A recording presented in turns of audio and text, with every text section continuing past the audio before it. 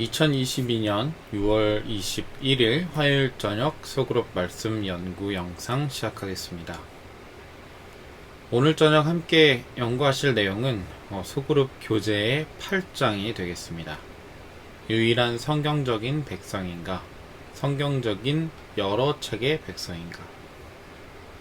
먼저 성경 말씀 디모데후서 3장 15절에서 17절 말씀을 함께 보시겠습니다. 또 내가 어려서부터 성경을 알았나니 성경은 능히 너로 하여금 예수 그리스도 안에 있는 믿음으로 말미암아 구원에 이르는 지혜가 있게 하느니라.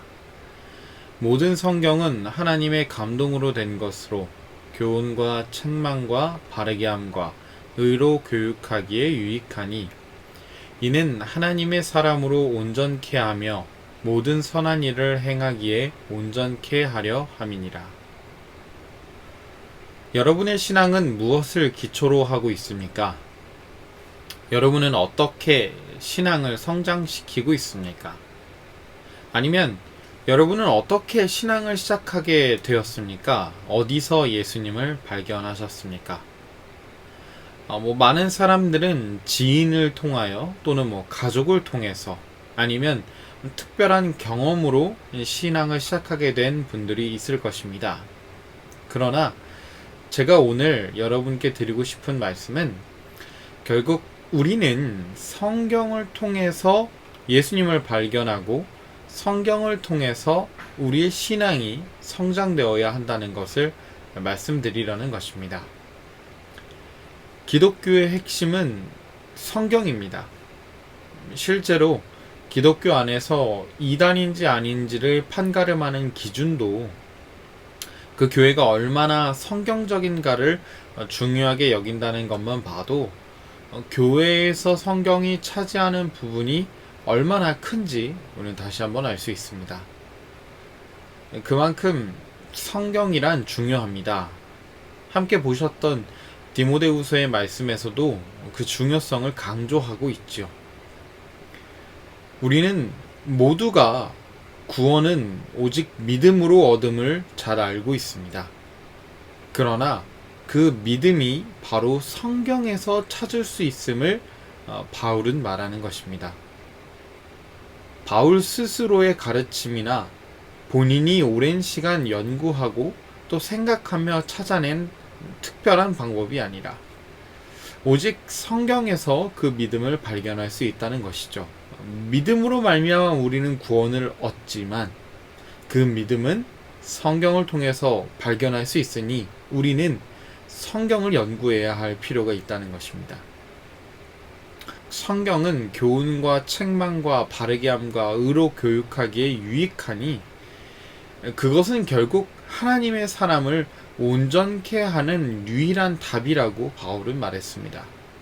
좋은 학생에겐 좋은 스승이 필요하듯 성경이 완전하기 때문에 우리도 그 성경을 따라 선을 행하는 하나님의 자녀로 살아가기에 필요한 것입니다. 우리가 새로운 영혼에게 복음을 전할 때도 전해지는 그 말씀은 오직 성경이어야 할 것입니다. 우리는 하나님의 말씀을 전하는 것이지 사람의 말을 전하는 자가 아니기 때문입니다. 예배 시간마다 목사님의 말씀에 귀를 기울이는 이유가 무엇입니까? 목사님이 특별한 어떤 대단한 교육을 받아서이기 때문도 아니고 목사님의 어떤 스펙이 좋아서도 아니고 목사님이 사회적으로 좋은 영향을 끼치기 때문도 아니고 목사님은 성경 말씀을 전하는 사람이기 때문입니다. 성경의 권위가 하나님의 입을 통하여 전달되었기 때문에 우리는 목사님을 존경하고 그의 말씀을 믿고 따르게 되는 것입니다. 목사님의 말씀이 아니라 하나님의 말씀을 우리는 목사님을 통하여 듣기 때문이죠.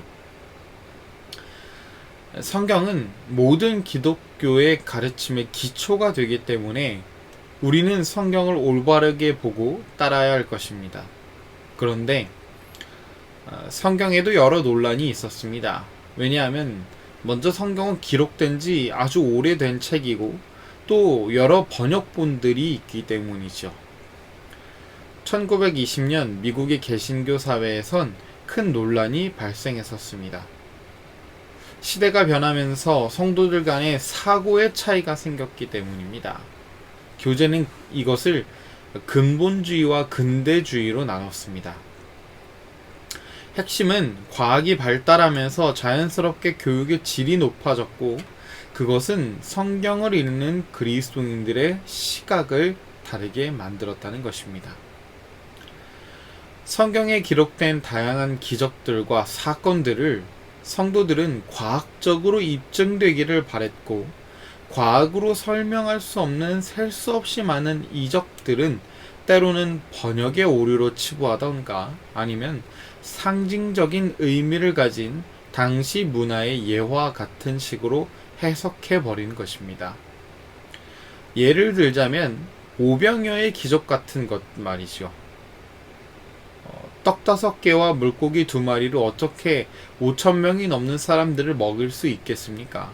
이건 자연스럽게 그 예화가, 그 사건이 우리에게 어떤 특별한 교훈을 주기 위한 상징적인 동화 같은 개념으로 그리스도인들에게 해석되어 버린 문제가 발생한 것입니다. 그러다 보니 자연스럽게 성경은 오류가 섞인 책이 되어버린 것입니다.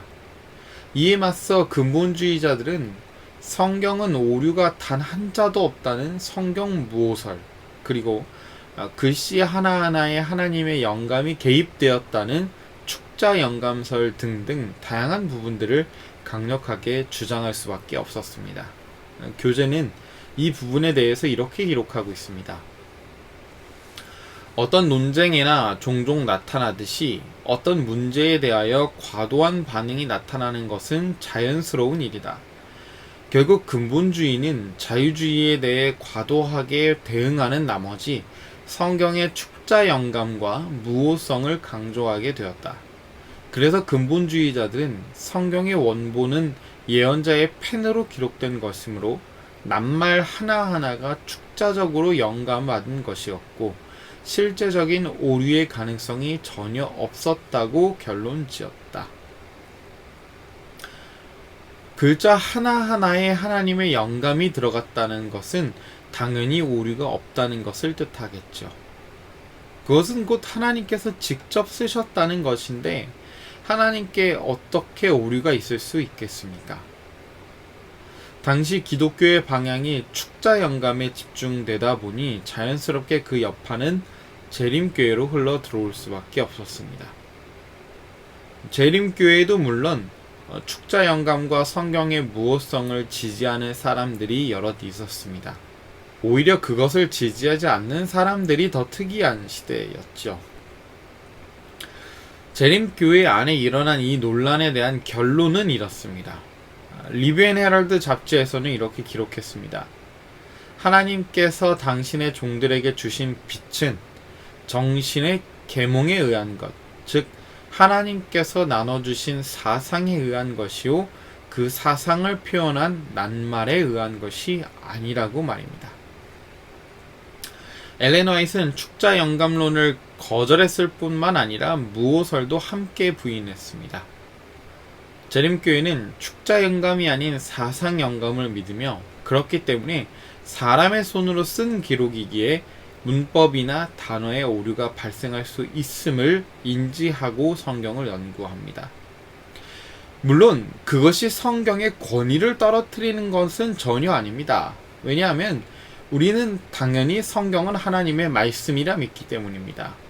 그러나 하나님께서 글자 한자 한자를 직접 쓰신 것이 아니라 그러니까 기자의 손을 조종하시면서 하나님의 말씀을 그대로 받아쓰게 하신 것이 아니라 사람에게 영감을 주시어 사람이 하나님으로부터 받은 영감을 글로 옮겼기 때문에 저자가 누구냐에 따라 성경의 내용이 전개되는 방법이나 문체가 조금씩 다를 수 있다고 믿는 것입니다.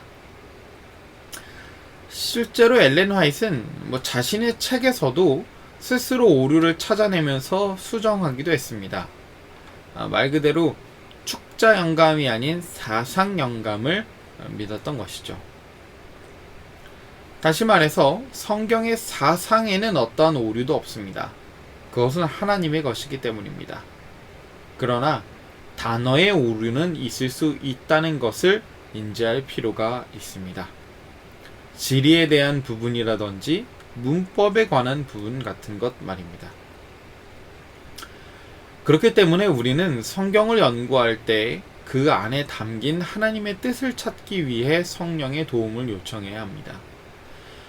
성경의 말씀 한 절 한 절 곱씹으며 그 말씀을 통해서 지금 우리에게 하나님이 주시는 말씀이 무엇인지를 찾아야 한다는 것입니다. 하나님의 그 온전한 뜻을 발견하지 못하면 우리는 유대인과 같은 실수를 반복할 수밖에 없을 것입니다.